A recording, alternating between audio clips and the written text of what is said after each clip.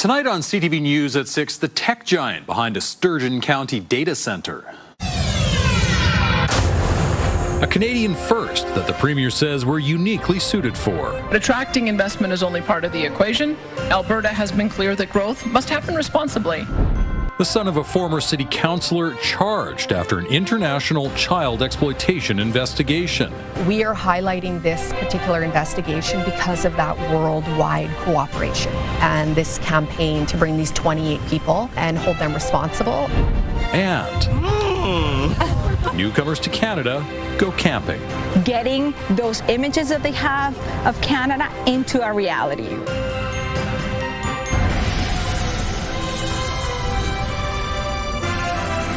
CTV Edmonton, local breaking news with Jeff Hastings. Good evening. Meta, the parent company of Facebook and Instagram, is building its first Canadian AI data center in Sturgeon County. Connor Hogg joins us now. Connor, what can you tell us about this project? Jeff, Meta will spend more than $13 billion on the nearly 3 million square foot facility, its largest data center outside of the United States. Premier Danielle Smith says the 1 gigawatt project puts Alberta at the forefront of data center development. Smith says it's one of the largest private sector investments in Canadian history. Attracting investment is only part of the equation. Alberta has been clear that growth must happen responsibly, and Alberta created rules for large AI data centers before opening the door to investment. The province says it has worked with Meta and Sturgeon County to identify and mitigate concerns. Smith says her government's policies will protect Albertans from electrical, environmental, and economic concerns. The centre will use a closed-loop liquid cooling system so it won't use water from the surrounding area. Meta will also be responsible for paying for its own power, infrastructure, and environmental requirements. The University of Alberta engineering professor says Alberta is better equipped to handle data centres than some other areas. We have our advantage. Alberta has an advantage. So once we have the cooler climate, so we actually can reduce a lot of cooling impact coming from the data centers. Yeah, our nature is actually helping us. The other thing is regarding the land usage and also the energy usage, we definitely have our advantage over the other provinces or states.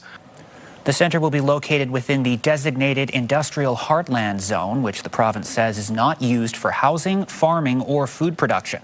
Meta tells CTV News it will be beside the Project Greenlight energy generator that was announced last week. The province says the project will create more than 3,000 construction jobs and support 300 operational jobs. Smith says the project will provide a $250 million economic benefit every year. Jeff? All right, Connor, thank you. That's Connor Hogg live for us tonight.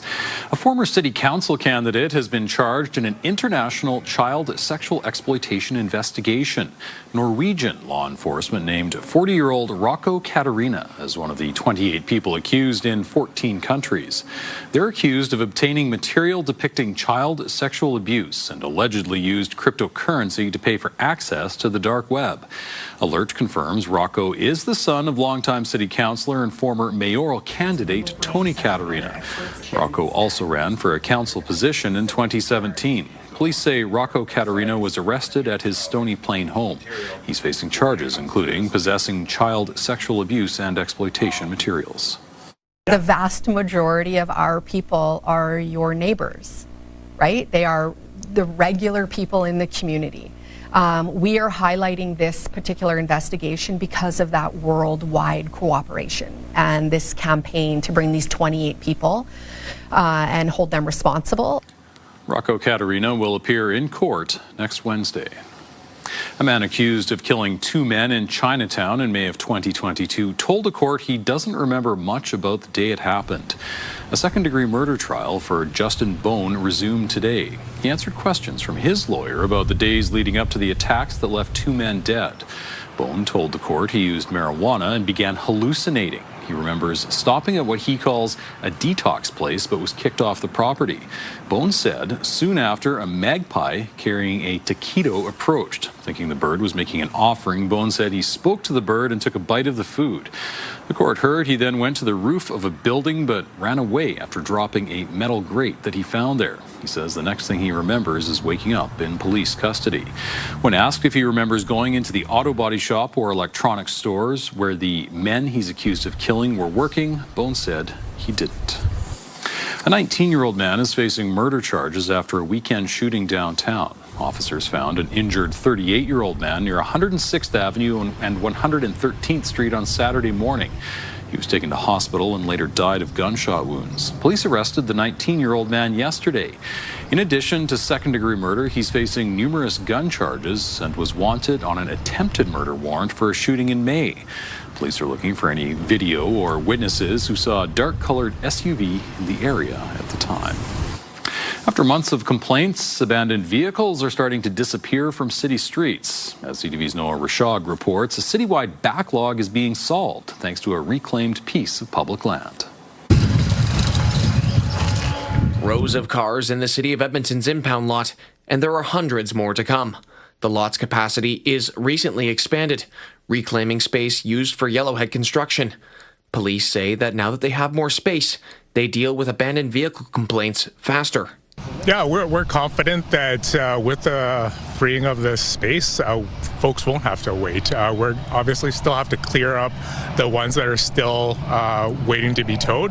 But once we clear that up, by the end of the summer, we should be able to get to all the new abandoned auto complaints. The fix is temporary. The space was borrowed by the city by EPS to address the backlog of abandoned vehicles. So as the start of the summer, we understand that there were about 682 potential vehicles that are abandoned in our cities.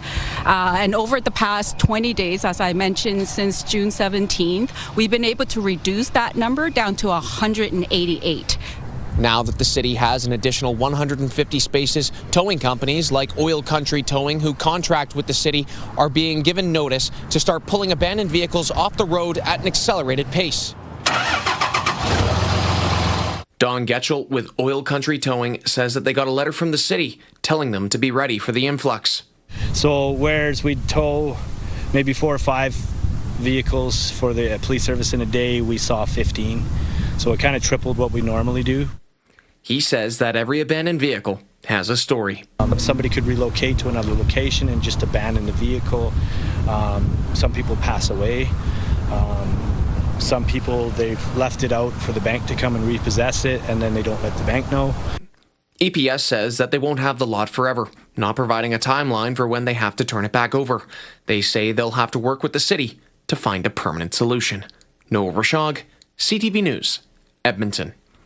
A full city block downtown that was up for sale and redevelopment a few years ago is now considered a problem property by the city. The province owns the land and says it's working on a plan to get affordable housing built on the site. As Jeremy Thompson reports, until that happens, it's costing taxpayers tens of thousands of dollars a year. Since closing in 2012, the Eric Cormack Hospital has been deteriorating, along with a neighboring provincial building on this block in Waquentoin. It was being used for some film shoots and stuff like that for a while, so they were making it available for some of those things. Area MLA David Shepherd says the property, with so much potential, has mostly been a nuisance for people who live nearby. People were indeed breaking in, they were lighting fires. Roughly 4 years ago, the province put the whole block up for sale, and then nothing. What we know is they didn't get what they were looking for. A provincial spokesperson confirms the bids it received in early 2023 were well below market value, so its housing department is working with partners behind the scenes on a plan to redevelop the land with affordable housing in mind. He says Alberta's government is committed to ensuring Alberta Social Housing Corporation-owned assets provide the greatest value to both Albertans and the affordable housing system. Folks, I think, would be very comfortable with a range of affordable housing there, different family housing, market housing. They just want to see that site put into better use. Councillor Ann Stevenson says both buildings are now on the city's problem properties list, which requires they be fenced and monitored around the clock at the owner's expense. In this case, that means the province, and by extension, taxpayers. Private security 24/7 can run in the tens of thousands a month. In 2022, a government spokesperson told CTV securing the site cost Albertans $70,000 a year. Shepherd believes the situation reflects provincial priorities. Frankly, this government is far too obsessed with its own political interests and not enough with the actual needs of Albertans. There is no firm timeline to redevelop the site. Jeremy Thompson, CTV News, Edmonton. The City of Edmonton is taking steps to make sure people are using their compost bins properly. As Marian Valdez-Carletti explains, the program may have city workers getting up close and personal with your trash. If you hear something going through your compost bin in the early morning, it's not likely a raccoon. It may be a city worker searching for anything that doesn't belong in there. Sometimes the educators will joke like, oh, this is perfectly good food, should we eat this? But they never eat anything out of the carts. Instead, they're looking to help educate Edmontonians on what does and doesn't go inside green bins. We do see some garbage and some recycling particularly. So we are taking an education approach first. Part of that is putting these oops tags on compost bins if something doesn't belong. One of the biggest culprits is food packaging, which is a super innocent mistake because when someone's opening like a granola bar or a fruit roll-up or any type of food, they associate the packaging with that food. One of our educators found a food scraps cart that was full of unopened Pringles cans. Some people are sorting out their feelings on the city's program. I feel good, so people will aware more, so they will get a sticker, so maybe they will start the same practice. I really don't know for sure if they should go through it. They're a little odd, but people need to be educated about it. The city says depending on the results of the project this summer, further steps to ensure proper sorting could be taken. It says so far, many people have responded well. Actually, I was out back and he had just checked our stuff one day and he said, I like what you do with your garbage. Keep it up. If people receive a second tag, there's a chance collectors might not pick it up.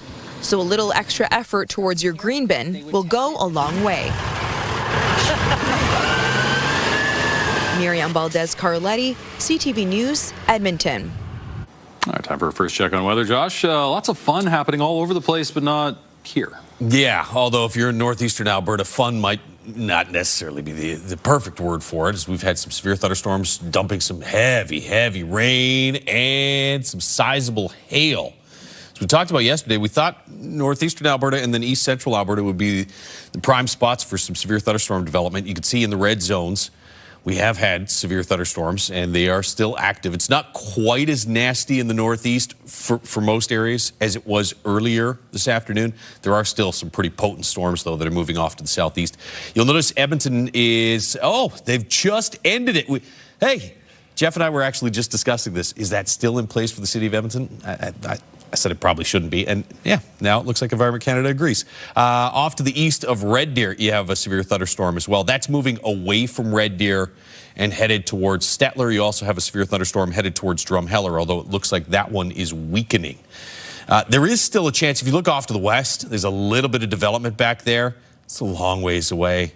I think it probably slides either north of the city or fizzles out before it gets here, but there is still a slight chance of a shower before the night is done. The severe risk significantly diminished. And the gusts have died down as well. We're at 20 right now with wind out of the north at about 15 kilometers per hour. Earlier today it was 23. If it felt hotter to you, if you thought, wow, it's only 23, well, the humidity early today had it feeling like 28. And then on the tail end of those storms in northeast Alberta, we saw the wind kick around to the north. That drew in some drier air, dropped temperatures, and that has been part of the reason that the thunderstorm risk has died down. Chance of some rain tomorrow morning, clearing in the afternoon, and high of about 21. We'll talk a little bit more about that rain. I'll update you on the storms elsewhere in the province in just a few minutes. Thank you, Josh. Still ahead, rebate requirements. This was the fastest way for us to have the most security and the best fraud prevention possible. Some Albertans unhappy with the amount of information required to access a government rebate. Also next. What we do is build confidence in farmers. And if farmers see that they have the confidence, they're going to increase their herd. The federal government steps in to promote Canadian beef at home and beyond.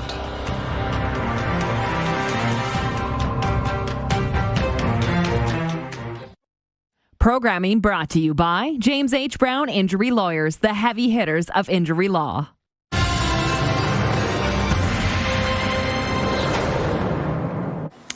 The Alberta government says it added extra security measures to protect its $350 million energy rebate program. Still, some Albertans are questioning why so much personal information is required to claim $100. Mark Villani looks at the concerns and how the province is responding. It's $100 in cold, hard cash. But before you receive Alberta's energy rebate, the province wants to know just a little more about you. I think it's scary that the government's doing this, and I don't agree with it. To get the money, you need to provide a few things, including your social insurance number and your tax information to prove you or your household make less than $225,000 annually. You need to verify your identity by providing your driver's license number, and the province wants your banking information too, so they can direct deposit the funds into your account. If your bank isn't listed, you need to take a selfie or verify your identity using an alternative method, and data isn't always safe. Take the 3 million Albertans who recently had their private voter information leaked and allegedly published online by a separatist group. The big worry is, what are they going to do with that information? Who's going to have access to it? And we can't quite trust them because we know that the voter list was mishandled. It begs the question, why not just write a check, like back in 2005 when $400 Ralph Bucks envelopes were sent out? They can get lost in the mail. They can get forged. Bad things can happen. It's why Alberta's premier says this application process is the only way to make sure those entitled to a rebate are the ones receiving it. Our Auditor General expects if we're going to spend $350 million that we know where it's going and that we have fraud prevention in place. I understand that there are some Albertans who have found the interaction to be a little bit frustrating. I just ask for their patience. But some people still won't be holding their breaths to apply. I don't think you want to be giving out all your information for $100. Mark Villani, CTV News, Calgary. WestJet flight attendants have started voting on a strike mandate. Talks between the union and airline have been ongoing for more than 10 months. The main issue is how cabin crews are paid. Flight attendants say they perform an average 35 hours of unpaid work every month. More than 4,000 union members have 1 week to cast their vote. The union says a majority yes vote doesn't mean a strike will happen. It will strengthen their position at the bargaining table. Air Canada has named the current head of Scandinavian Airlines as its next CEO. It is an honor to have been chosen to lead this major carrier, to continue implementing its growth strategy and to pave the way for an even brighter future. Anko van der Werf will take over Air Canada by the end of January 2027. His predecessor, Michael Rousseau, will retire at the end of August. Rousseau was widely criticized after he delivered an English-only message following a deadly collision between an Air Canada plane and a fire truck at New York's LaGuardia Airport earlier this year. Air Canada says their next CEO speaks several languages, including both French and English. The federal government is putting additional money towards promoting Canadian beef across the country and around the world. The biggest chunk of spending will go towards Canadian beef marketing, more than $3.5 million. The goal is to increase demand for beef here at home and the global market with a specific focus on the Indo-Pacific region. The Canadian Cattle Association is also getting about $300,000. The federal agriculture minister hopes this helps boost confidence for farmers. What we do is build confidence in farmers, and if farmers see that they have the confidence, they're going to increase their herd. Last year it was 2.5%. With everything working the way it is right now, hopefully with no pitfalls, we'll see that herd grow even more. The Canadian Cattle Association hopes the marketing could help sell cuts of beef that are less popular domestically but are in higher demand in other parts of the world. Still ahead, learning the ropes. You're going to want to pick a piece of ground that is very flat. College course teaching newcomers how to camp so they can enjoy a classic Canadian pastime safely. I would like to come next month here again and again. Cloudy skies, but a decent evening to get outside in the Edmonton area. A little different story elsewhere in the province. We'll take another closer look at those thunderstorms in just a few minutes. Programming brought to you by K-Days. The best 10 days of summer are back. Programming brought to you by James H. Brown Injury Lawyers, the heavy hitters of injury law.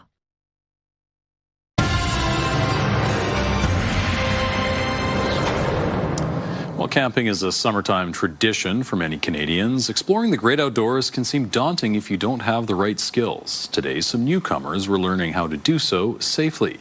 Curtis Goodrum has more on the Camping College course. First step, cracker.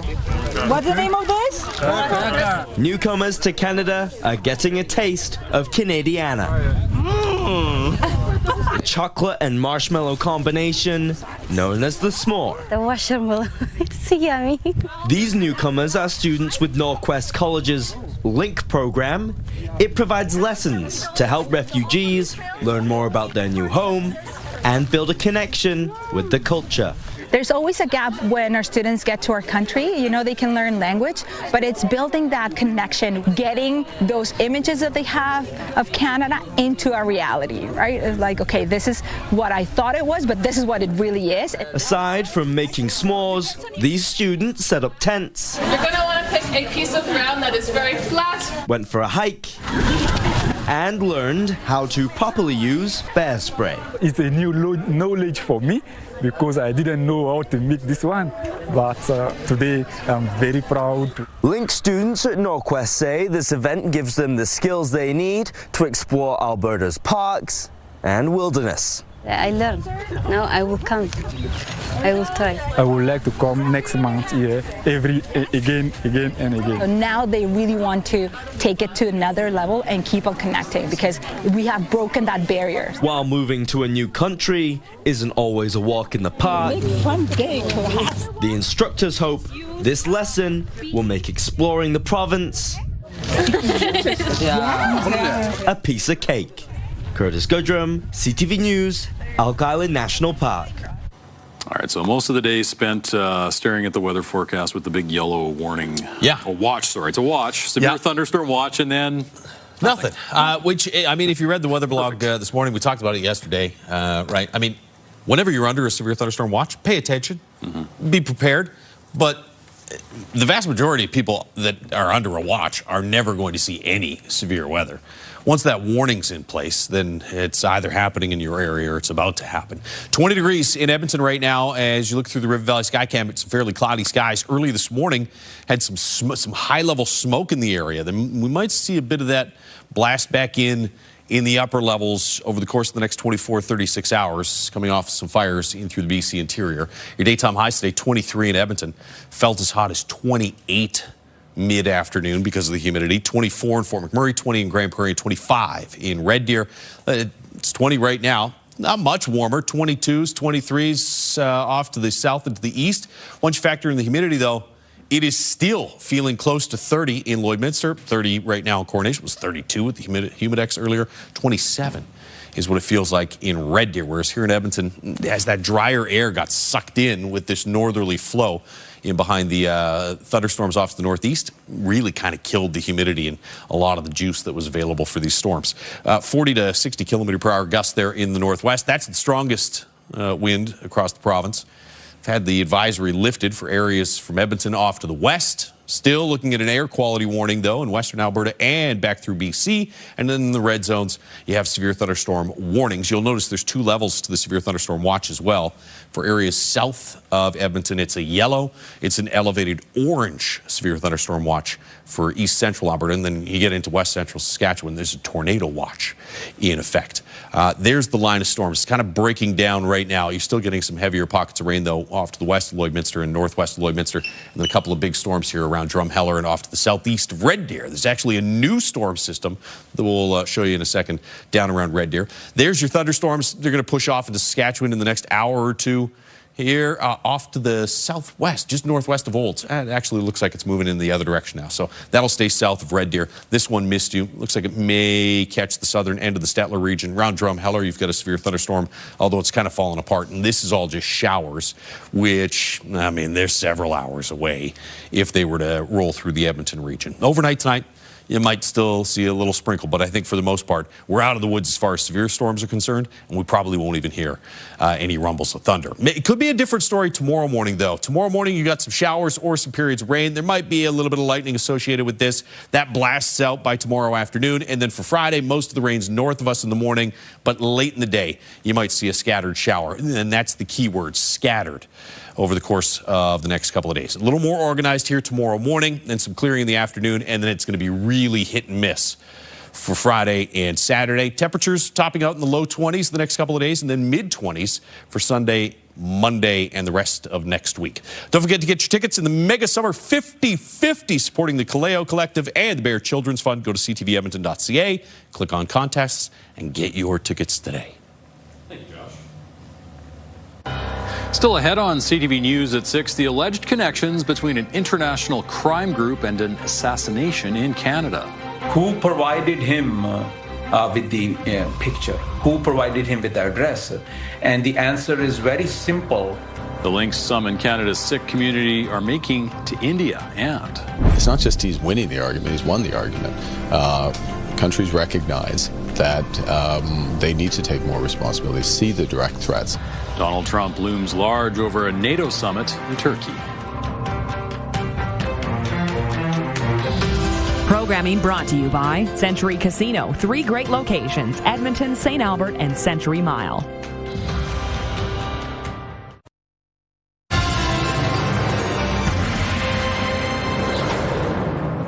Canada's Sikh community is questioning whether the federal government is turning a blind eye to India's alleged involvement in a high-profile killing and violent extortions. It comes after 24 arrests were made in a global investigation into several Indian-based crime organizations, including the notorious Bishnoi gang, who Edmonton police have said is connected to local extortions. CTV's Andrew Johnson reports. In Surrey, BC, where this all began 3 years ago when Hardeep Singh Nijjar was gunned down outside his place of worship, there is a mix of emotion. We're on the right track law enforcement-wise, but politically it feels as though we're courting India at the risk of violating the human rights of Canadians. Police yesterday alleged gang leader Lawrence Bishnoi ordered the assassination of the Canadian Sikh activist from his Indian jail cell. Nijjar's friends and colleagues do not believe Bishnoi was working alone. Who provided him with the picture? Who provided him with the address? And the answer is very simple, which I know that, which America knows it, which Canada knows it. They maintain the Indian government ordered the killing, just what Prime Minister Trudeau alluded to in 2023 in the House of Commons. Over the past number of weeks, Canadian security agencies have been actively pursuing credible allegations of a potential link between agents of the government of India and the killing of a Canadian citizen. Mark Carney has since repaired relations and furthered trade with India. He has not repeated Trudeau's claims, saying in March he did not want to prejudice a criminal investigation. The RCMP said yesterday it found no evidence of a link in Nijjar's killing to the Indian government, despite in 2024 alleging Indian diplomats and consular officials were involved in homicides and extortions against businesses that have rocked the South Asian community. Despite the 24 arrests related to what's being called Operation Hardball, those alleged extortions continue. Police say someone in Surrey woke up to find bullet holes outside their house yesterday. Andrew Johnson, CTV News, Vancouver. World leaders, including Canada's Prime Minister, have wrapped up 2 days of talks in Turkey. Donald Trump is calling the NATO summit a success, adding there was tremendous love and unity in the room. CTV's Graham Richardson reports.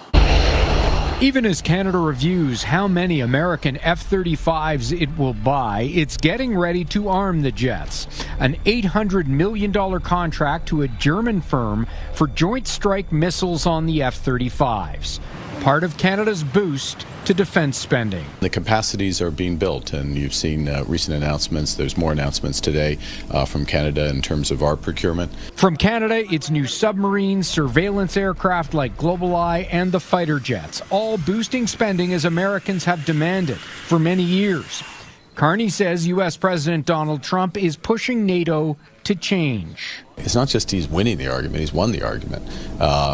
Countries recognize that they need to take more responsibility, see the direct threats. In the space of just a few hours, Donald Trump blasted Spain, threatening to cut off all trade with the United States. And Spain is a wasted cause. We don't want to do any trade business with Spain anymore. A short time later, it was all about unity with NATO allies. The unity in that room was incredible. Really a love. It was sort of pretty wild. NATO Secretary General has demanded a clear and credible plan for allies to spend 5% of GDP on defense by 2035. He also credits the American shift. President Trump has been able to finally get done what since Eisenhower American presidents tried to do, which was to equalize defense spending between Europe and the United States. Carney insists Canada is well on its way. By the NATO definition, before the end of this decade, we are spending 4%. So as NATO grapples with Donald Trump's mood, the hard part will be trying to fill the gap the Americans are leading. NATO and Canada say that's what all this spending is about, and they're up to the task. Graham Richardson, CTV News, Ankara. For the U.S. president, it was a day of tough talk and mixed messages over Iran. Donald Trump blames Iran's leaders, calling them cuckoo and scum for violating the shaky ceasefire. CTV's Joy Melvin has that story. The U.S. president said he's done. At the NATO summit, Donald Trump declared the fragile ceasefire with Iran is no more. I think it's over. I don't want to deal with them anymore. They're scum. They're led by sick people. And they're vicious, violent people. And if they had a nuclear weapon, they'd use it. After another round of tit-for-tat strikes, the U.S. military blasted 80 targets in Iran. Retaliation, it says, for Iran's attacks on commercial oil tankers violating the ceasefire.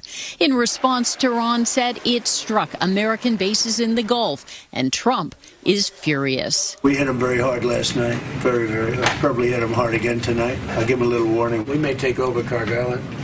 There's not a thing they can do about it. Canada's prime minister felt the U.S. strikes were justified. The United States has responded as appropriate to look to stop this behavior and put in place at least conditions to reestablish the ceasefire. But as mourning continues for Iran's supreme leader, state media accused the president of bullying. One official warned Trump is, quote, driving the region toward fire. But by the afternoon, Trump, who once praised Iran's leadership as smart and rational, said, I think they're a little loco. They're a little crazy. I got to know them. And I'm not sure I want to make a deal with them. We can play games, but I'm not sure I want to make a deal. Let's just finish the job. Unclear if this is a return to full-scale war. The president declared he's Iran's #1 target, calling ceasefire talks a waste of time, but said his negotiating team could still go ahead. Joy Melvin, CTV News, Washington. On the sidelines of the NATO summit, President Trump said the U.S. will give Ukraine the right to make Patriot air defense systems. We'll show them how to do it. It's very complex, actually, but it's you'll figure out the complexity quickly. Ukrainian President Volodymyr Zelensky has long sought more defense systems to counter Russian missile attacks. Trump also praised Zelensky for having done, quote, an amazing job and being very effective in the war with Russia. The federal government is looking to head off threats by the Trump administration to impose a new type of tariff on Canadian goods. In March, U.S. Trade Representative Jameson Greer said his office was launching trade investigations into 60 countries, including Canada. He argued the accused nations should be hit with an additional 10% tariff because they're not doing enough to enforce bans on forced labor. In a letter to Greer's office, Ottawa says there is no basis for additional tariffs as it's passed new strengthened legislation to address Washington's concerns. The nominations are out for this year's Primetime Emmy Awards celebrating American television.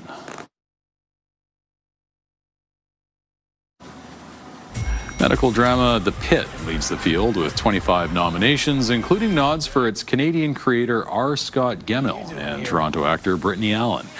Fellow HBO title Hacks was right behind with 24 nominations for its final season. Hosting duties this year will go to a performer best known for her own television work, Law and Order SVU star Mariska Hargitay. The Emmys are handed out September the 14th. Still ahead, high-end Chinese electric vehicles hit Canadian roads. Eventually, they'll bring in affordable models, which should bring the price of cars overall for vehicles down in this country. The impact on Canada's auto industry and why some critics are concerned about privacy. Also ahead. Each mural that you get to, it asks you a question to answer from what you can see on the mural. Once you answer that question, then it'll direct you to the next one. An artistic scavenger hunt daring drivers to take in murals from across central Alberta. Programming brought to you by the Alberta Securities Commission. Visit checkfirst.ca.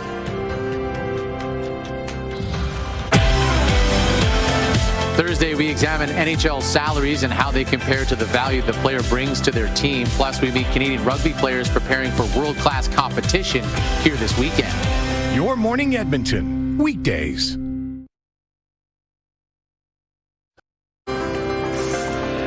Looking at today's market numbers, the Canadian dollar is up by more than 1/10 of a cent, sitting around 70.5 cents on the U.S. dollar. Oil was up more than $3, closing near $73 a barrel. Gold is down to $75. On the stock market, the TSX lost 336 points. The Dow Jones down 576.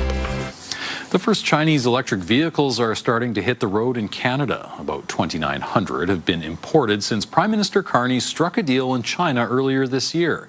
CTV's Annie Bergeron-Oliver takes a look at one of the brands now available. There's a new player in Canada's electric vehicle space. The Lotus Electra, a high-end luxury SUV made in Wuhan, China, has officially hit Canadian roads, and it starts at $119,000. So we are expecting now that when they finally see the car at the dealership and also on the street, our customer will really start loving it. This is the first kind of Chinese-made EV for sale under a new agreement that will allow up to 49,000 Chinese-made EVs into Canada, essentially tariff-free. Experts say these more expensive models offer companies higher profit margins to test out and establish themselves in the Canadian market. At the start, they're going to come with a little bit more expensive models, but eventually they'll bring in affordable models, which should bring the price of cars overall for vehicles down in this country. So far, 2,910 Chinese electric vehicles like this fully loaded, top-of-the-line Lotus electric EV have already been imported to Canada, and a handful of this model have already been sold. But the Chinese EVs have faced pushback and even calls for the cars to be banned from sensitive sites like military bases. Many experts have privacy and national security concerns about the kind of data the cars can collect and potentially share with the Chinese government. All cars are computers on wheels, and they're massive computing devices. And by law in China, the state has access to that data. It doesn't mean they will access the data, but it means they can should they choose to. The CEO of Lotus Group Americas says the cars comply with all government rules and regulations. We disclosed to the government everything that is related on our software, everything that related on our hardware, and we pass all the examination. If you can't afford one of these luxury EVs, more affordable options will soon be on the market. The Prime Minister wants half of all Chinese EVs imported into Canada to cost less than $35,000 by 2030. Annie Bergeron-Oliver, CTV News, Montreal. Edson's mayor says he has high confidence a West Coast pipeline is going to move forward and welcomes the boost it will bring to his community. Kevin Zahara says Edson is well suited for these types of projects with pipeline yards ready and available. He says while natural gas projects feed the local economy, most of the major economic benefits, the Trans Mountain pipeline expansion construction, have faded. The new proposed pipeline would follow the same route. Zahara says when major projects come to the city, it has a ripple effect. You know, when TMX was here, they were the workers were helping fundraise, helped out the food bank, and you know, I know the golf course was super busy as well because they all got memberships and that sort of thing because they were here for a long time. It's a big project. So when this project comes through, it'll be the same sort of thing, I'd imagine. He says it's been heartening to see the province and federal government work together on the proposed pipeline, and it shows federalism can work with the right people at the table. 3 communities in central Alberta are inviting you to hit the road and search for local artwork. The Highway 2A Mural Trail takes visitors on a self-guided adventure through Red Deer, Blackfalds, and Lacombe. It showcases murals highlighting the region's history, culture, and community. The scavenger hunt begins at Red Deer City Hall. Each mural that you get to, it asks you a question to answer from what you can see on the mural. Once you answer that question, then it'll direct you to the next one. It's just about getting out and doing things. It's a free activity to go do, and so the questions have been generated with kids and families in mind. So we should be able to hand your phone over to your child and send them out and just follow along as quickly as you can behind them. The scavenger hunt runs until the end of September. Coming up, putting your best foot forward during festival season. It's got a nice supportive heel. It can help relax some of those tissues in the back of the ankle and the heel.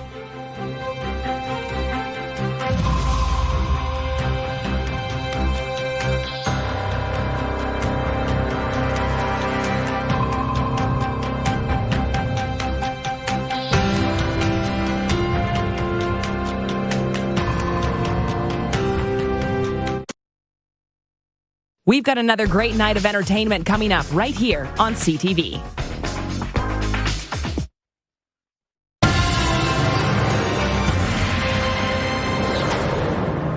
Festival season is about to kick into high gear with events like K-Days, Taste of Edmonton, and Heritage Days right around the corner. Thousands of Albertans are already spending full summer days down at the Calgary Stampede, which can really take a toll on feet.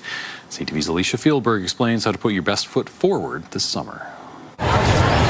Whether walking, watching, or waiting, you spend a lot of time on your feet at Calgary Stampede, so what you wear on them matters a lot. Many say boots are best. Well, of course we have to have boots when we come to the Stampede. Cowboy boots, very comfortable. Some swear by sandals. These ones have really good arch support.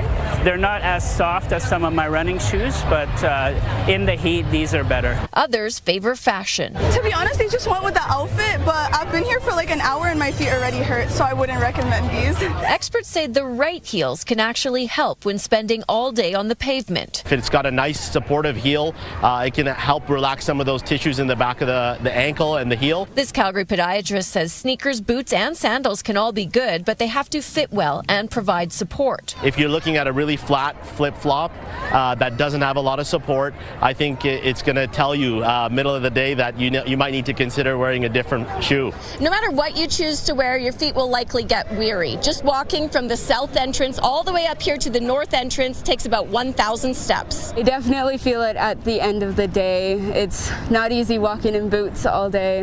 They're not the most comfortable because they are wooden soled. Calgary Stampede Show Band racks up a lot of steps with 5 daily performances throughout the grounds. In between, the band gathers outside the park, and that's not even counting parade day. The day of the Stampede Parade, I tracked around 30,000 steps that day, and since then, I track around 21,000 steps. They don't have a choice of footwear, so their pro tip is cushioned insoles can improve any shoe. Alicia Fieldberg, CTV News, Calgary. All right, nice evening in Edmonton. Lots that you're keeping an eye on, though, around this Yeah, still some severe thunderstorms rumbling through parts of east central and northeastern Alberta and off to the south and southeast of Red Deer. That doesn't pose any threat to Red Deer. I think the biggest threat zone right now is just off to the northwest of Lloydminster, and then southeast of the Red Deer region. You have a couple of thunderstorms that are producing some really sizable hail as well as some heavy downpours. The severe thunderstorm watch was ended just within the last hour for us here in Edmonton. Just cloudy skies through the evening hours. We'll get some clearing overnight, and then tomorrow morning the clouds will come racing back in, and we've got some showers or periods of steadier rain through the first half of the day tomorrow. I think we'll get some sunshine in the afternoon at about 21. Scattered showers or thunderstorms Friday, Saturday. Most of the daytime hours, both those days should be dry. And then a warm-up next week. This mid to high 20s. Beautiful. For a nice string of days. Some sunshine as well. Going to enjoy that. All right. Thank you, Josh. And thanks for sharing your time with us. Have a great evening, everyone. Good night.